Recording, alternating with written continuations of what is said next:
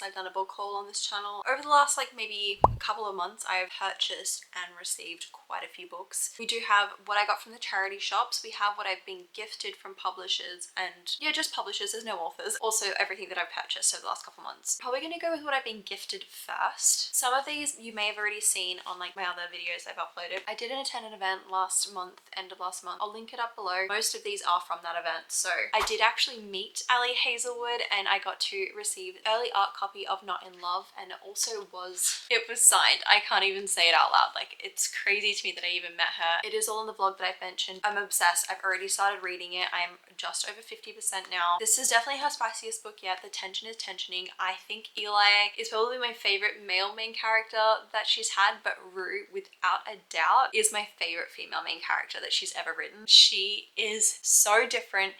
You're either going to love her because if you loved Reckless by Elsie Silva, just having a strong female main character, someone who's dominant, knows what they want. You know, she's not afraid to say things or be blunt. I love a female main character like that. I feel like a lot of women do tend to not like those characters, which don't even get me started. That's a whole nother rant in itself. I feel like this is going to be one of those books where you're either going to think that she's not nice, or you're going to be like, she is the most multi-layered, complex character written and you will love her. This is probably my favorite book of Ali's and I've not even finished it, but anyway, this is what I received. This is a book haul, not a review. I need it. At the same event, I did receive 2 books of Elsie's. So I did receive Wild Love and Helpless. She doesn't even have a book called Helpless. I've mixed Heartless and Hopeless together. I got Heartless. Wild Love is part of Elsie Silva's new Rose Hill series. It is going to be an all single dads series. I believe there's going to be 4 books from what I've seen, possibly 3. This is workplace, childhood friends to lovers, or childhood friends to strangers to lovers. I have got a review video, which probably by the time this video is up, the other one will be out, so I'll link that above as well. That will have my full review there for that.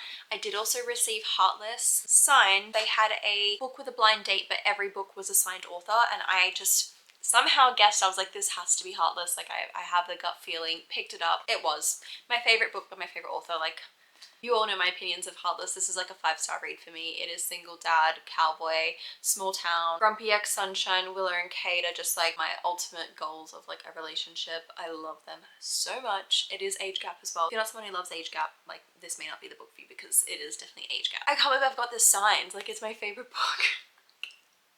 At the same event, I got So Let Them Burn by Camilla Cole. We did get a little video from the author. She was explaining a little bit about the book and how it was a Jamaican-inspired fantasy book. It is YA. That's really all I know about this. It is on my TBR for this month if you've not already seen that video as well. I'm excited to get to this month. Cover is stunning, and I can see there's like dragons, I believe that they are on the front, so I love a book with dragons. Yeah, I'm excited. The final book I got from the event was Long Live Evil. So this is by Sarah Rees Brennan. I've not read any of her books. We did get a message from her as well, and she just explained a little bit about her book. Okay, so it seems like she's making a bargain to let her enter the world of her favorite fantasy series. So she wakes in a castle, the home of her favorite fictional character, once and forever emperor. He is impossibly alluring as only fiction can be. However, in this fantasy world, she discovers that she's not the heroine, she is the villainess of the emperor's tale. That's interesting. I'm excited to see how she does that. It does come out in August of 2024, so yeah. I love how it's all foiled everywhere as well. I think it's just really beautiful, and like even on the back there's like little mini swords. So cute. Next, I received both of these books from Book Break. So the one I'm most excited for is The Pairing by Casey McQuiston. This is one of those authors that I had connected with when I first started reading. Loved all of their work, and I don't know, we really connected. I read her Red, White and Royal Blue, which was the one I loved the most. The One Last Stop, it wasn't my favorite of theirs, but now I'm so excited to read this one because all their other books are actually in 3rd person, and I did skim through and it looks like this is 1st person. I don't know if it's dual POV.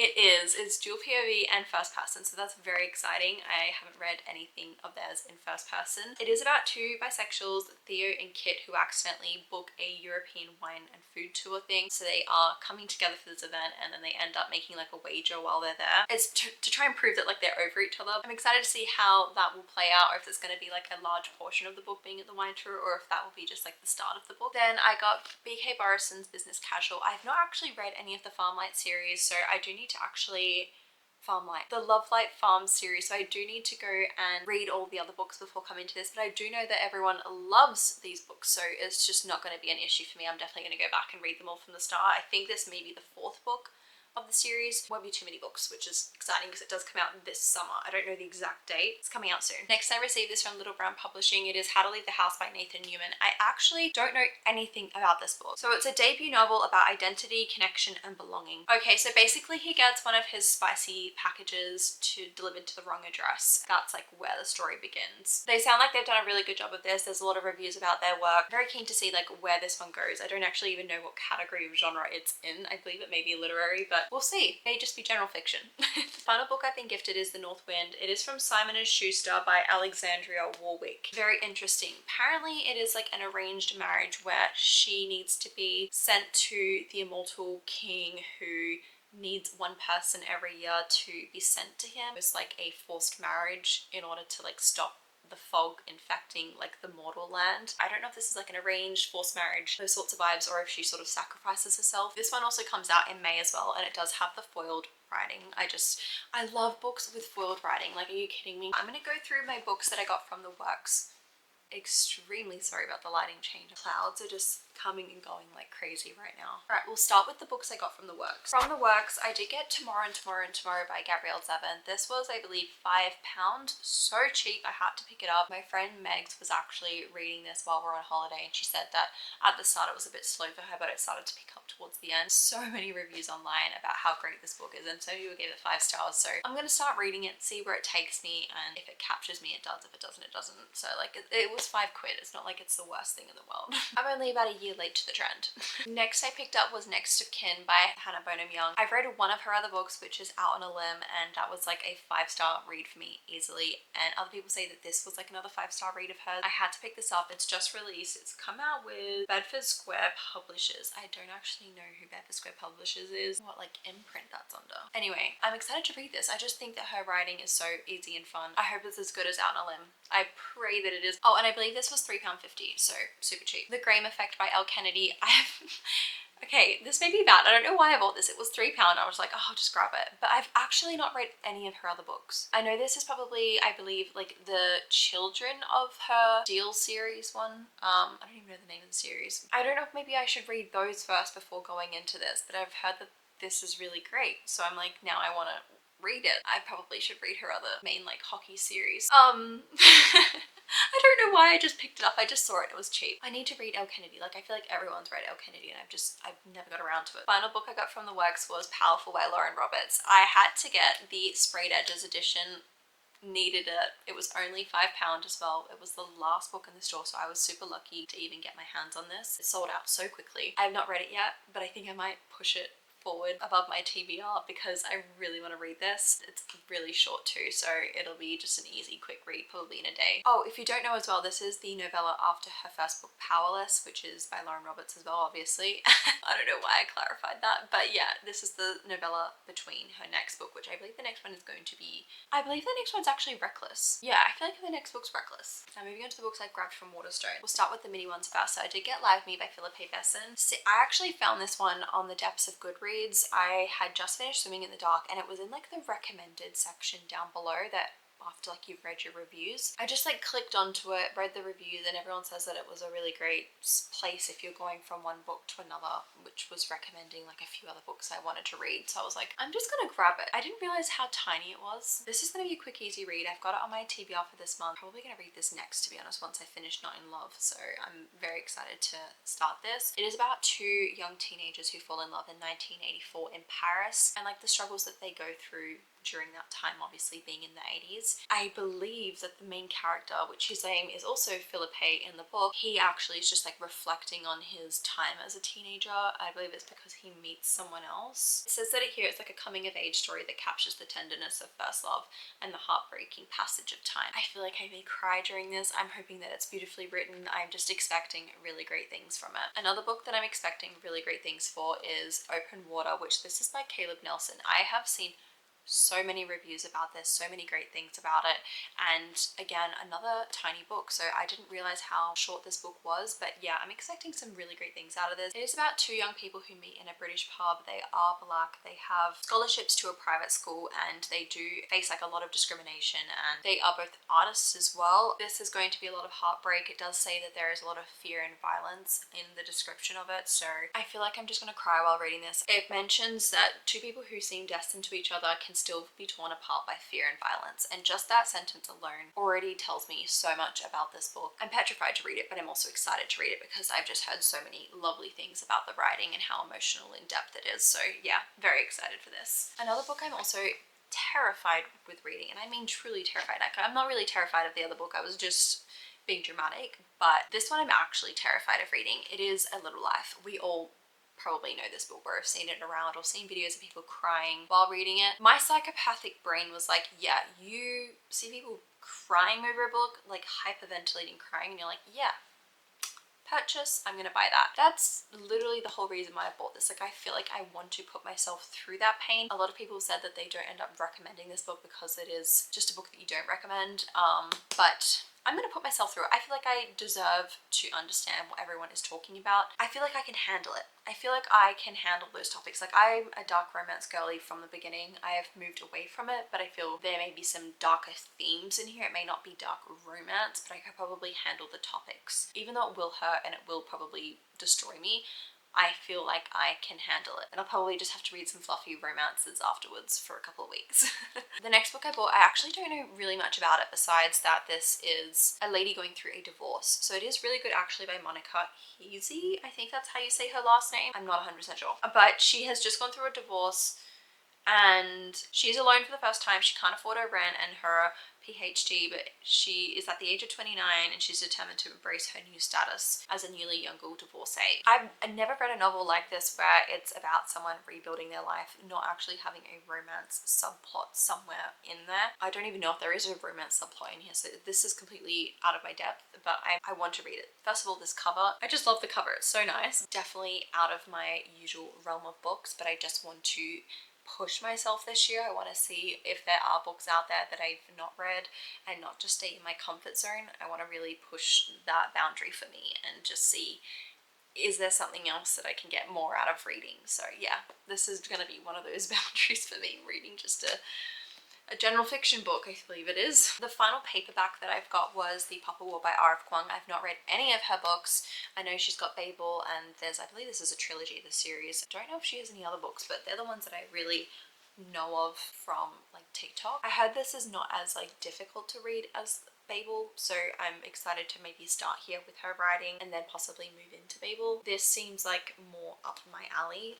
This is her debut? Get the fuck out. So many people say so many great things about this. Wow, that is amazing that she's had such a great debut. Anyways, yeah, I'm excited to start this. I have only bought the first book in the series. I held myself back. Usually I buy all three or I just buy the entire series in one go. But apparently I was in control of my self-indulgences. I was just in control of myself that day. I don't even know what I'm going to say. I'm losing my words. Sometimes my brain works too fast for my actual mouth. Like, I'm just thinking 20 steps ahead and then I've not actually said what I need to say, or I've just like really butchered everything. I don't know if other people do that. Sometimes I'll be talking and I'm like, you did not make any sense just then. Like, you need to slow down, think about it, and then say it. Like, I don't know. I did get a Fate Inked in Blood by Daniel J. Jensen. So this was the special edition exclusive with the sprayed edges. I know that this is where she actually is forced to out herself with having some powers because her husband puts herself in a situation, I believe, and then she is forced to fight her husband's son, and then from there I believe the son and her spark a relationship. That is all I really know, and I believe that half of that may be right, half of that may be wrong. This is on my TBR for this month as well. I've not read any of Daniel Jensen's other books. I know she does have The Bridge Kingdom, which everyone loves and adores, but I've heard that that was more of like a spicy fantasy book, which I didn't actually know that. I thought it was just pure fantasy. Yeah, now I'm excited to like get my hands into this one a bit more. I know that it is a Viking romance, so it does have like the Viking gods. Loki, Loki is my Viking god. I picked up Leigh Bardugo's The Familiar, which is her new release. Again, I did get the sprayed edges and the exclusive edition from Waterstones. I had to. So I believe it's about two women, possibly two women, I'm a bit unsure. Lucia actually has some gifts and she ends up using those gifts to win over a royal court, which that then seizes the opportunity for her to better her fortunes and like get into the world of like the power hungry nobilities. Now it's just her trying to fraudulently get herself into a better situation and hide the truth of like where her ancestry is from. Okay, so they're actually her enemies that she's trying to get into the castle with.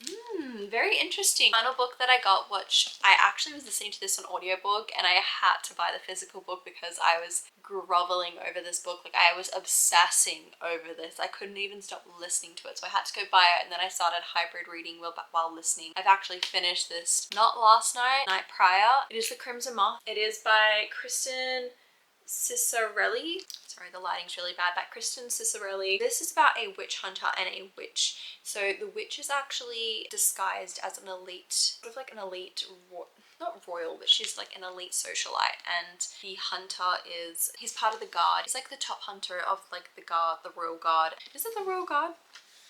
I think he's the royal guard, but Rune is trying to find like herself a suitor so that she can get married and like make herself less of a threat being like a single woman. She's trying to get the eyes off her to say like she could possibly be this crimson moth who is, you know, helping and harboring witches to get out to safety. So she needs to like get the attention off her. So this is like her resolution. She gets like given like a list of suitors, and of those suitors, she ends up trying to pursue the witch hunter himself. So that's like where the story starts. It is so addictive, so captivating. Probably one of my favorite reads of this year. I am obsessed. It is, I don't even know if this is YA because there was a spy scene in here. So this could be just be new adult. I am obsessed. And we have to wait till 2025 for the next book. Like I'm gonna have a full review up in another video. So incredible, had to buy the book. That's all of the books I have purchased.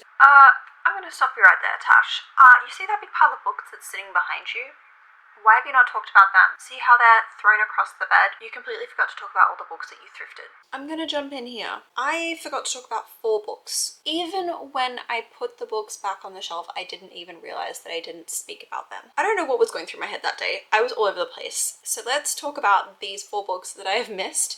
I did get them from the charity shops local to me. I don't even know how I found some of these. They're pretty good. The first one I'm going to talk about is A Conversation with Friends by Sally Rooney. I picked this up because of my friend Meg. I actually got this from a local shop. The shop owner who I've made friends with, he is so lovely and lets me film in his store all the time, and we always just spark up conversation each time I'm there. Kind of felt bad that I hadn't purchased anything these times because I hadn't really found any books that I was like, oh, I need to get that. Like I need it. I'm going to read it soon. But I decided to pick this one up because my friend Meg had said that she had really liked it and she liked reading this one more than Normal People. But even though we both agree that Normal People TV show was just so much better. It was £2. It was so cheap. The condition of this book as well, like there is nothing wrong with it. It's basically brand new. Next I have A God Killer. This is by Hannah Kaner.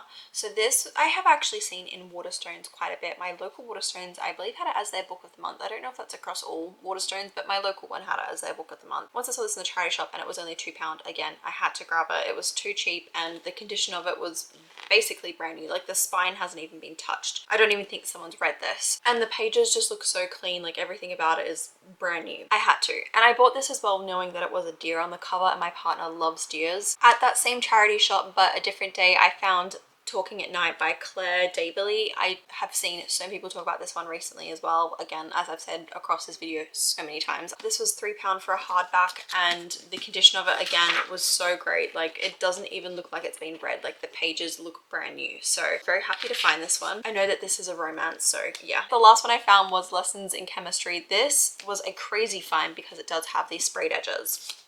I don't even know how I found this. I mean, the pages don't really line up as straight anymore, but that is fine. Like I can get over that. It's definitely been read, but it was just a really good find. And obviously this was very popular last year, so yeah, I had to grab it. That's just a little quick summary of the 4 books that I picked up from the thrift shop. Now I can go and finish the video since I had totally missed out 4 entire books. I just want to say thank you to the publishers for sending me these early arcs. I cannot wait to start reading them. Those books again have now been added to my never-ending TBR. Oh, I have so many books to read at the moment. It's crazy, like I can't keep up with them, so I just need to stop buying books.